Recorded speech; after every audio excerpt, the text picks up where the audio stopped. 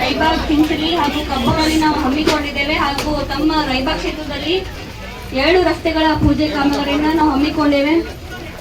ಎಲ್ಲರ ಆಶೀರ್ವಾದದಿಂದ ಇವತ್ತು ನಾವು ಸಂಸದರಾಗಿ ತಮಗೆ ಸೇವೆ ಮಾಡಲಿಕ್ಕೆ ಈ ಅವಕಾಶ ಸಿಕ್ಕಿದೆ.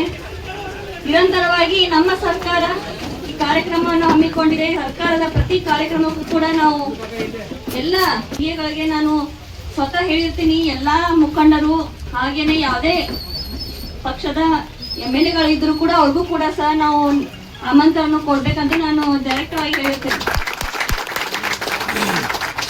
ಯಾಕಂದ್ರೆ ಸರ್ಕಾರ ಎಲ್ರಿಗೂ ಒಂದೇ ಸರ್ಕಾರ, ಅದು ಯಾವುದೇ ಇರಲಿ, ಬಿಜೆಪಿ ಇರಲಿ, JDS ಇರಲಿ, ಕಾಂಗ್ರೆಸ್ ಇರಲಿ. ಹಾಗಾಗಿ MLA ಅಭಾವ ಆಗ್ಬಾರ್ದು. ಹಾಗಾಗಿ ನಾವು ಪ್ರತಿಯೊಂದು ಕಾರ್ಯಕ್ರಮ ಕೂಡ ನಾವು ಆಮಂತ್ರಣ ಕೊಟ್ಟಿರ್ತೀವಿ.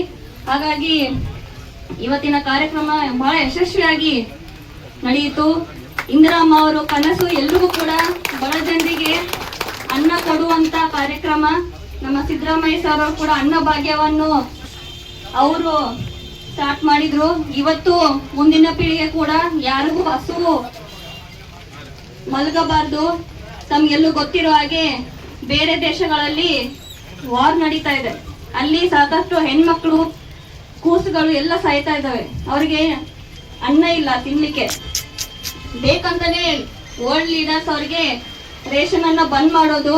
ಆದ್ರೂ ಕೂಡ WHO ಅವರಿಗೆ ನಿರಂತರವಾಗಿ ಅಸಿಸ್ಟೆಂಟ್ ಏಡ್ ಅನ್ನ ಕೊಡ್ತಾ ಇದ್ದಾರೆ. ಹಾಗಾಗಿ ನಾವು ತಿಳ್ಕೋಬೇಕು, ಭಾರತ ದೇಶದಲ್ಲಿ ಇಂಥ ಸ್ಕೀಮ್ಗಳನ್ನ ನಮ್ಮ ಸರ್ಕಾರ ತಂದ್ಕೊಟ್ಟಿದೆ.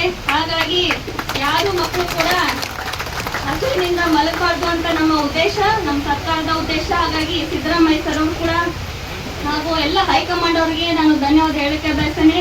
ಎಲ್ಲ ಇವತ್ತು ಬಂದಂತ ಎಲ್ಲ ರೈಬಾಗ್ ಮತಕ್ಷೇತ್ರ ನಿವಾಸಿಗಳು, ಎಲ್ಲ ಮುಖಂಡರು ಕೂಡ ಹಾಗೂ ಎಲ್ಲ ಮಾಧ್ಯಮದ ಮಿತ್ರರು ಕೂಡ ತಮಗೂ ಕೂಡ ಧನ್ಯವಾದ ಹೇಳಿ ಮಾತು ನಾನು